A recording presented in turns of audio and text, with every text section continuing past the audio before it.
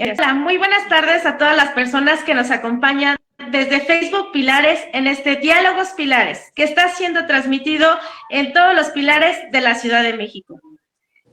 Nos encontramos ahora transmitiendo en línea porque tenemos el honor de presentarles a un invitado especial que se encuentra en China. Por eso ahora estamos de esta manera. Tenemos el honor de presentarles a nuestro invitado, que es Simón Levy Dabaj. Desde los espacios les pido que recibamos a nuestro invitado con un fuerte aplauso, y también tengo el honor de presentarles a nuestro coordinador general de todos los pilares de la Ciudad de México, el arquitecto Javier Hidalgo, quien tiene el honor de presentar a nuestro invitado especial. Muchas gracias y bienvenidos a ambos. Gracias, Alex, Simón. Bueno, hoy estamos muy contentos porque está con nosotros Simón Levy Dabaj. Él nació en la Ciudad de México, es licenciado en Derecho con especialidad en Comercio Exterior, egresado de la Facultad de Derecho de la Universidad Nacional Autónoma de México.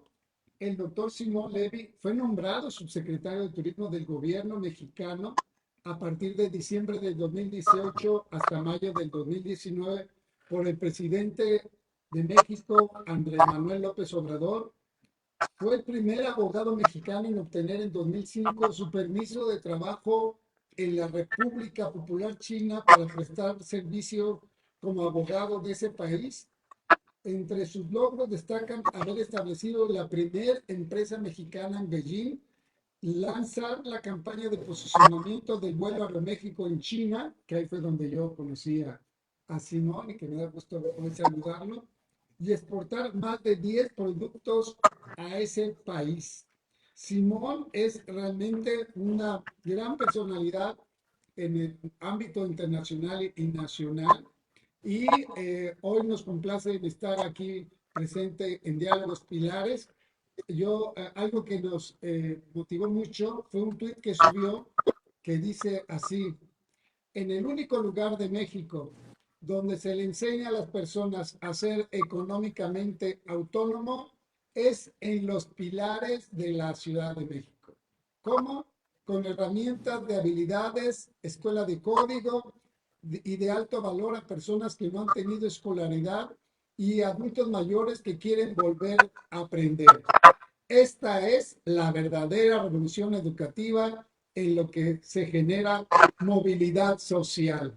Pues él es el autor, con nosotros, Simón Levy, aquí en Diálogos Pilares.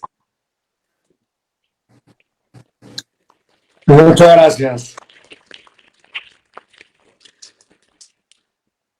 Pues muy contento de estar aquí saludando a todas y todos, a todo tu auditorio, y honestamente me da mucha alegría, Javier, te conozco hace muchos años, como bien lo dijiste, y nada más atinado que verte dirigiendo en este enorme esfuerzo progresista del país, y como lo dije y lo sostengo aquí ya en público, este es el esfuerzo educativo más trascendente, más importante de todo México, y me llama mucho la atención porque mucha gente debería de saber más, de entender este enorme esfuerzo de pilares que se está haciendo a lo largo y ancho de la Ciudad de México, y que estoy seguro va a escalar a nivel nacional próximamente.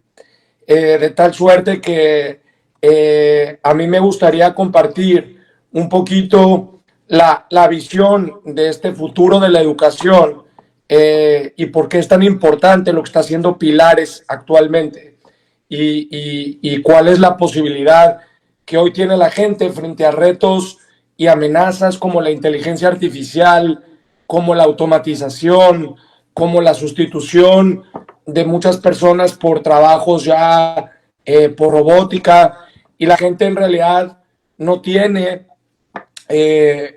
un conocimiento, un alcance, y quienes más sufren, Javier, como tú y yo lo sabemos, son las personas que menos recursos tienen. Yo estoy convencido que origen no es destino, y estoy convencido que la escalera más importante de transformación social para cumplir y transformar la realidad de millones de personas en pobreza es la educación. la escalera más importante de transformación social es la educación. Entonces, se celebra mucho que haya un esfuerzo para comprender, porque no se trata de tener más universidades, Javier, no se trata de tener más escuelas, sino se trata de enseñarle a la gente a aprender, a reaprender. Ese es lo primero, lo más importante. El primer apunte que me gustaría compartir es que a ti, a mí, a mucha gente nos han educado para vivir un mundo, todo lo que aprendimos en la universidad, en la secundaria, en la prepa, ambos estudiamos en universidades públicas y conociendo la realidad de nuestro país, todo lo que nos han venido enseñando en los últimos 20 años de nuestra vida no nos va a servir, Javier, para vivir los siguientes 20. ¿Por qué? Porque todo lo que aprendimos hace 20 años es un mundo que ya no existe y nos prepararon para vivir, nos educaron para vivir un mundo que ya no existe. Entonces, ¿cuál es la realidad actual de la educación? El segundo apunte que quiero hacer es que, como decía Freire, el sistema, y sobre todo el sistema económico mundial, está preparado para pobres que consumen, pero no para pobres que piensan. Y lo que más les da miedo es no es tener a pobres que consuman, sino a pobres que piensan. Y por eso estoy convencido que la ignorancia de hoy no consiste en no saber, Javier, no consiste en no entender aritmética, matemáticas, filosofía, las ciencias sociales. No, hoy la ignorancia radica mucho más en no saber pensar. Y la refundación de la escuela mexicana tiene que ver, y estoy convencido que está absolutamente relacionada con la capacidad de aprender a pensar. El tercer punto es que nos han enseñado que la ignorancia consiste en la ausencia de conocimientos o de información. Y yo creo que la ignorancia realmente radica no en la ausencia de información, sino en la ausencia de claridad. Porque hoy los medios de información, que en realidad son medios de desinformación, de tanta infodemia, nos bombardean de tantas y tantos datos, información falsa, que en realidad la gente se confunde y la gente no sabe qué creer. Entonces, lo más importante es que la gente tenga claridad, porque cuando tienes claridad puedes aprender a tomar decisiones. Y esto es algo que en las escuelas, en los centros educativos, no nos han preparado, aprender a tomar decisiones. El cuarto punto es, nos han educado, Javier, y esto es muy importante, nos han educado que todas las personas que son músicos, que son escritores, que son filósofos, que son trabajadores sociales, que se dedican a la labor de las industrias creativas, que se dedican a cultivar, en una palabra, Javier, lo que más aman, está prohibido estudiarlo. A mucha gente nos han dicho que hay que estudiar carreras que realmente pagan bien, que pagan mejor, y por eso cada vez vemos filósofos más frustrados, escritores más frustrados, músicos que no pueden financiar sus carreras, y eso nos lleva a un fenómeno de violencia social, porque lo que estamos acumulando, Javier, es frustración social, porque el trabajo es todo menos eso. No es un trabajo físico, sino es una realización del ser humano. El trabajo se tiene que ver como una realización del individuo para el colectivo y del colectivo para el individuo. Y nos han educado, sobre todo en el sistema capitalista, en el sistema neoliberal, que el trabajo o el trabajador tiene que desplegar un esfuerzo físico. Pero hemos llegado a una realidad, Javier, donde después de 30 o 40 años, en donde el modelo era premiar salarios miserables a través de las maquiladoras, hemos llegado a una realidad en donde cada vez se necesita mayor esfuerzo físico para lograr un menor grado de cambio en tu vida.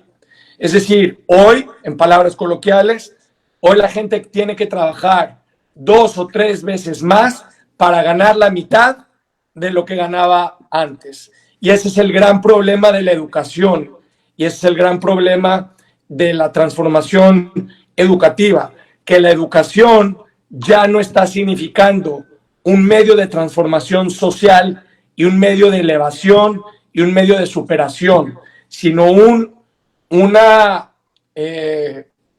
plataforma en donde realmente quien se hace rico son las universidades, donde prometen a los estudiantes aprender muchas cosas que en realidad tú puedes tener hoy maestrías, doctorados, y terminas manejando, y no porque sea algo malo, pero no es por lo que tú amas, terminas manejando un automóvil, un taxi o en una aplicación, y la gente está frustrada completamente. Entonces, estoy platicando un poquito de los fenómenos de la crisis educativa y de los modelos educativos. El último punto de la crisis educativa es, como te mencionaba, la gente está educada, Javier, y nos educaron a que tenías que trabajar 8 o 12 horas, a la sobreexplotación, y en realidad no nos enseñaron a entender lo que significa la productividad, que en lugar de trabajar en horas silla, 10, 12, 14 horas, puedes trabajar a lo mejor 3 o 4 o 5 horas, pero siendo mucho más productivo y con la tecnología. Si a todos esos factores le sumas la crisis de identidad de la educación latinoamericana, de la educación mexicana, hoy tenemos otro enorme problema al cual el mundo y el ser humano se está enfrentando, que es la automatización, el aprendizaje acelerado y la inteligencia artificial.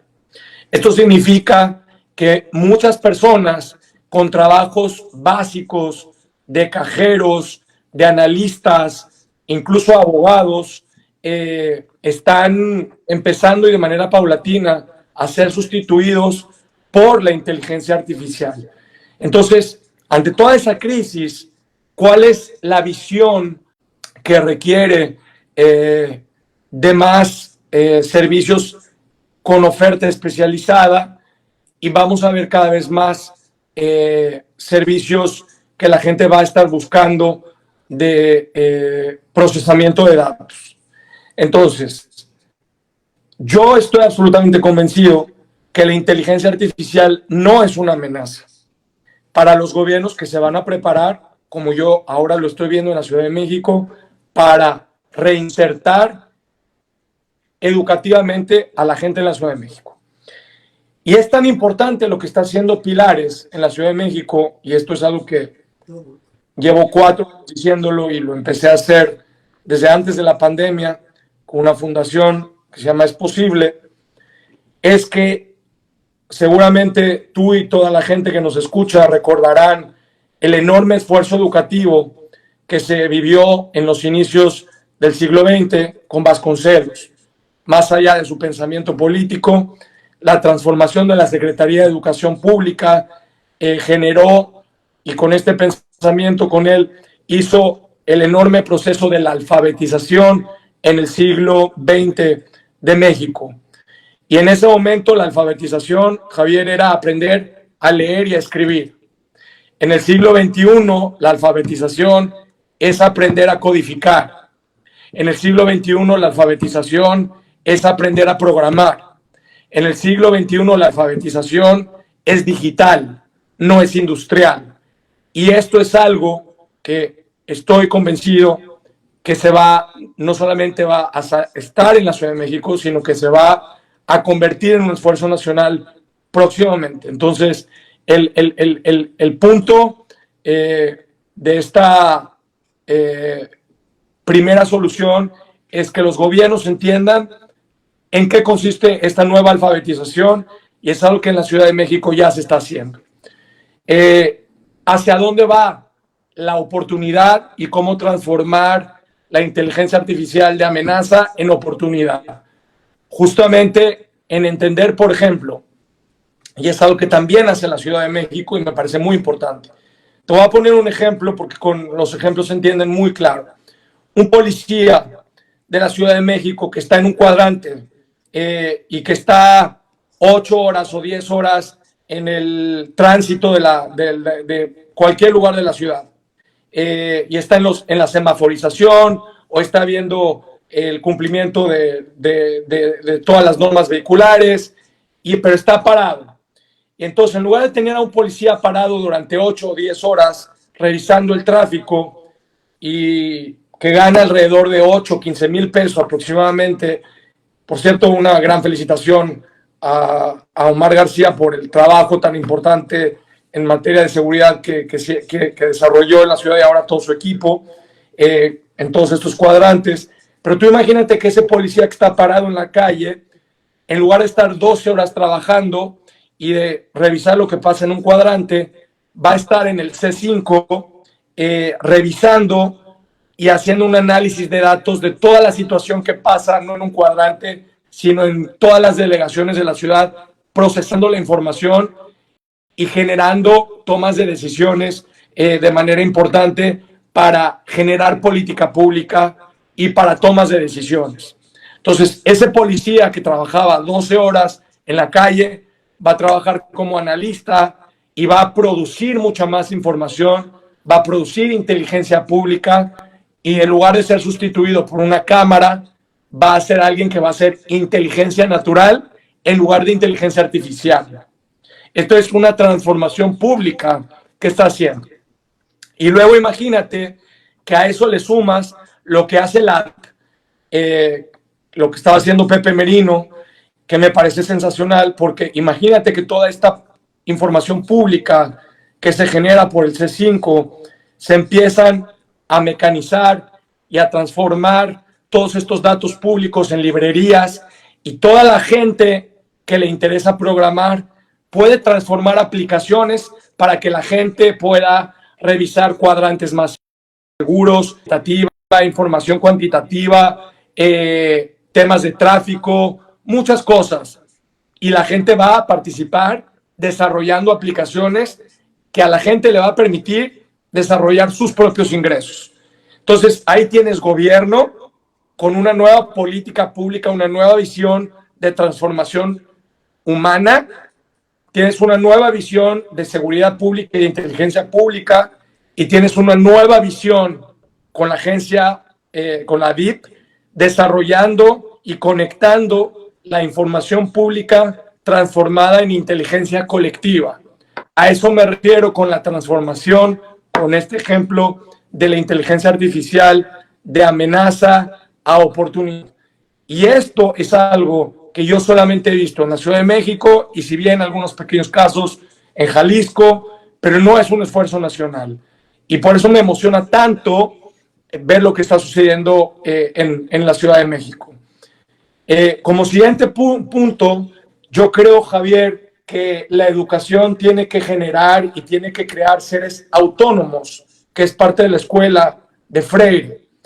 Y también me llama mucho la atención que la gente no sabe, por ejemplo, tener sus propios huertos urbanos, que la gente no sabe cómo ser autónoma. Y con tanta inflación, con tanta carestía, con tanta interdependencia, me parece sensacional, y es algo que también nosotros hemos hecho mucho, que la gente aprenda a tener sus propios huertos urbanos, que la gente que quiera vivir en zonas rurales, la gente de Tláhuac, la gente de Milpa Alta, la gente de Xochimilco, que puedan emancipar no solamente a la gente del poniente, del oriente, en Iztapalapa, sino que puedan formar parte de una nueva educación agrarista urbana. Y esto es algo que para mí es también muy transformador.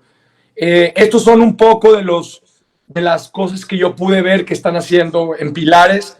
Me siento muy contento, me siento muy orgulloso y realmente la verdad es que a mí me encantaría escuchar las dudas, las preguntas que tiene la gente, pero esto es un poquito la visión que he tenido y cierro diciendo esto: Pilares es el único centro, la única iniciativa que yo he visto en todo México que genera independencia y, lo más importante, el poder de la nueva educación, que es el poder de la claridad, y esa es la única manera realmente de transformar y de llevar a la realidad que por el bien de todos, primero los pobres. Muchas gracias.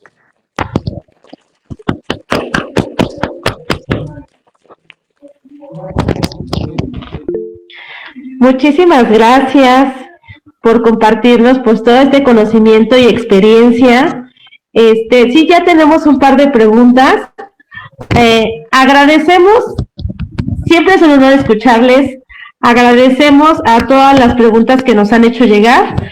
Y bueno, una de las principales preguntas que nos hacen para ti es la educación básica. ¿De qué manera consideras que puede implementarse en la educación económica? Es una pregunta muy importante. La educación básica tiene que ayudar al individuo a formar parte del colectivo. Nos han educado al individualismo y al egoísmo. No nos han educado a la subsidiariedad y a la solidaridad, a convertir una solución individual en una solución colectiva. Considerando esto, no nos han educado a entender que la única forma que hay un crecimiento social, un crecimiento económico es a través del desarrollo individual. Y la forma de agregar valor tiene y consiste en conquistar nuevas habilidades técnicas para que las personas aprendan a resolver necesidades. Entonces, yo creo mucho en lo que hacía, por ejemplo, con Alep, la educación técnica. Entonces, estoy convencido de los oficios populares, talleres, para que más personas se integren, tengamos plomeros, tengamos carpinteros, tengamos muchas personas que se dedican a resolver necesidades. Mira, les voy a dar un ejemplo. Un plomero, por ejemplo, que trabaja en la Ciudad de México, que al día puede ganar 10,000 pesos en la Ciudad de México, en Los Ángeles, California, está ganando al día alrededor de $2,000. O sea, es casi el 3 o 4 veces más. Y la gente, en el clasismo que hay en México, la gente podría pensar que un plomero no es un oficio, o un carpintero no es un oficio realmente valioso, pero esa gente está ganando mucho más dinero que personas que tienen doctorado al día de hoy. Entonces, la educación básica consiste en agregar soluciones y habilidades que las personas puedan transformar rápidamente en buenos ingresos. Y algo más importante, que les permitan ser felices. Una población que tiene a músicos frustrados es una población violenta, es una población que en lugar de que gente produzca, desarrolle y esté en las humanidades, estará en el narcotráfico, estará en la violencia. Por eso hay que apoyar, no solamente cultivar habilidades técnicas o materiales, sino también habilidades sociales y de espíritu. Para mí es muy importante. Muchísimas gracias por esta aportación. Tenemos otra pregunta más que nos dice: ¿cuál consideras que es el mayor reto para los jóvenes al iniciar un emprendimiento? También es muy buena pregunta. Nos han enseñado todo el tiempo a estar de pie, pero nunca nos han enseñado a aprender a levantarnos cuando nos caemos. Entonces, la mayor educación tiene que ver del fracaso, no tiene que ver del éxito. Y entonces, yo creo que la literatura más importante para un emprendedor no es la literatura fantasiosa de los éxitos, sino la literatura realista de los fracasos. Eso es lo primero en lo que yo trabajaría. Muchísimas gracias. Una pregunta más tenemos. Nos dicen, en la actualidad, ¿cómo crees que es posible empoderar a la población mexicana para mejorar su calidad de vida en cuestiones económicas? Como lo dije al principio de la charla, teniendo claridad, teniendo las posibilidades de aprender a reaprender. Hay personas que tienen 50 o 60 años, lo hemos visto, me he dedicado durante muchos años a esto, que si les das la posibilidad de aprender Excel, si les enseñas a programar, si les enseñas a tener su propia página en línea, son personas que van a reconquistar su dignidad, que lo que necesitan es apoyo inicial. La gente no quiere estar en la pobreza, la gente no quiere recibir dinero, todas estas enormes discusiones falsas en donde piensa la gente, mucha gente piensa que la transferencia social es un error. La transferencia social es un medio, no es un fin por sí mismo, y es un complemento a lo que hace la ciudad, a lo que hace el gobierno, porque hay personas que se quedan sin educar porque les falta un peso o 5 pesos, de verdad. Entonces, la transferencia social sirve como un piso igualador, pero la educación es el piso transformador. Simón, Muchísimas gracias. Arquitecto, ¿gusta cerrar? Le cedo la palabra. gracias, Simón. Nos quedamos picados con esta intervención tuya que nos abre luces de lo que estamos haciendo en Pilares hacia el futuro. ¿Por qué no, antes de cerrar, nos ayudas mostrando tus redes, dónde podemos encontrarte? Porque nos quedamos con muchísimas dudas que ya no va a dar tiempo. No, tengo un par de minutos más todavía si quieres, pero bueno, encantado. A través de todas mis redes son Simón Levy MX, por ahí nos podemos seguir. La verdad es que tengo una comunidad, Javier, muy bonita en Telegram, una comunidad muy nutrida, donde la gente participa, la gente escucha los podcasts que tengo y cuenta conmigo porque voy a ayudar a mucha gente a que no tiene ni idea de cómo acercarse a una solución educativa en México, a que sepan lo que están haciendo en Pilares. Me di a la tarea de investigar. Es la única escuela de código que tiene México, la única. Esto es revolucionario, es transformador. De verdad, honestamente, no entiendo por qué no, la gente no sabe más de esto y por qué no difunden más. O sea, yo utilizaría, le pediría al presidente López Obrador, a los gobernadores, que realmente le digan a la gente esta enorme herramienta que tienen la escuela de código y todo lo que está haciendo Pilares, ¿no? Porque es una unión, es una yuxtaposición de la educación social, del humanismo que tanto se está hablando, de la educación liberadora. Y esta es la única plataforma en México que yo encuentro que es una plataforma liberadora, porque fíjate, Javier, en toda esta dinámica de politización que se está dando en el país, muchos grupos, y no me voy a meter a politizar, pero muchos grupos critican y piensan que solamente se dan apoyos sociales, y no es verdad. La única escuela liberadora, transformadora y sobre todo emancipadora son Pilares. Eso no lo está haciendo nadie.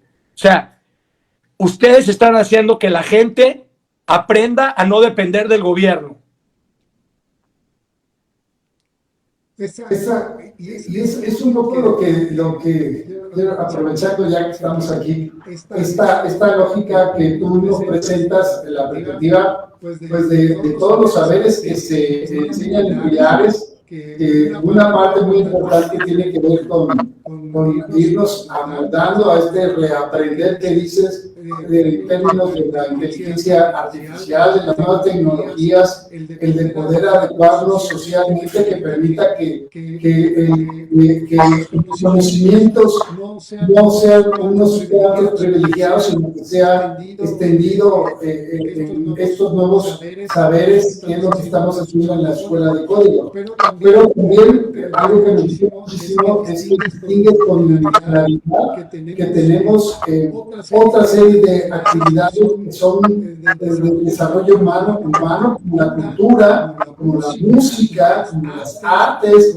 como el deporte, que pensamos en una sociedad sana, que en el futuro tienen que desarrollar esta inteligencia artificial con la inteligencia natural, como tú comentas, desarrollando al mismo tiempo elementos que ninguna máquina va a poder sustituir, que son estas formas del arte, la cultura, del deporte, de mantenernos activos como seres humanos y no pasivos esperando que las máquinas resuelvan todo, sino que podamos desarrollarnos y más bien que las máquinas nos faciliten la vida, pero el desarrollo de las personas es un desarrollo integral, que es un poco lo que hacemos en Pilares, que enseña desde las lenguas originarias hasta la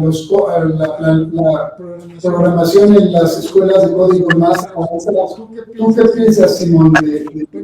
Mira, algo importante, yo estoy convencido. Primero, como siempre lo he dicho y lo pensamos igual, la educación es un derecho, no es un privilegio.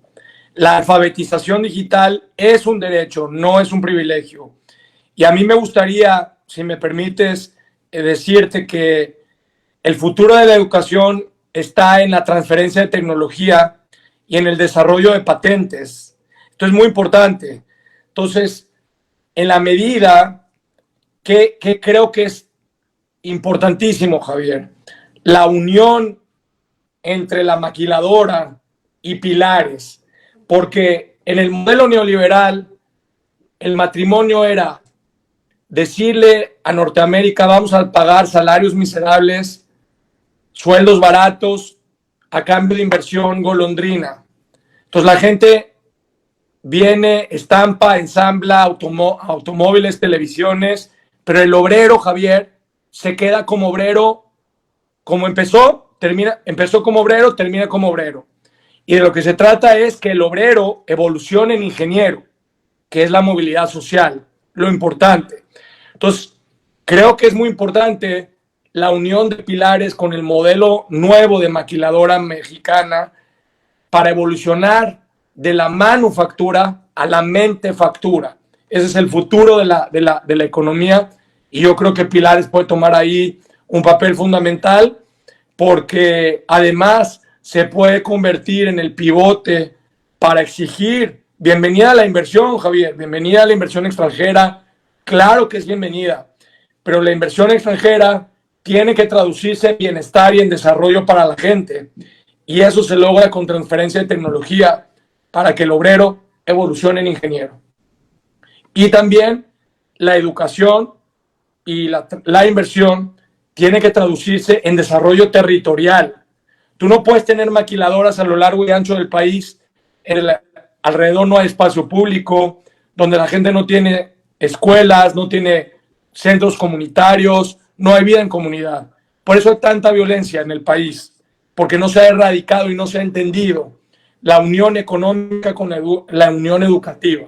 Y yo creo que es algo que Pilares puede hacer bastante bien. Ahora sí, ya, gracias, Javier. No, pues muchísimas gracias, Simón. Ale, ¿algún comentario? Sino para despedir a Simón, que ha sido, pues está ahora sí que en el extranjero. Agradecemos muchísimo que haya aceptado participar en este Diálogos Pilares.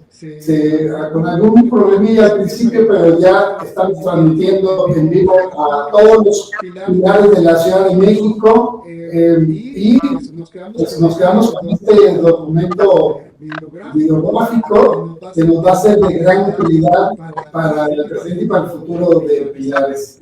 Ale. Muy encantado. No sé si la gente del público tenga alguna pregunta más o lo que ustedes gusten. Pues muchísimas gracias.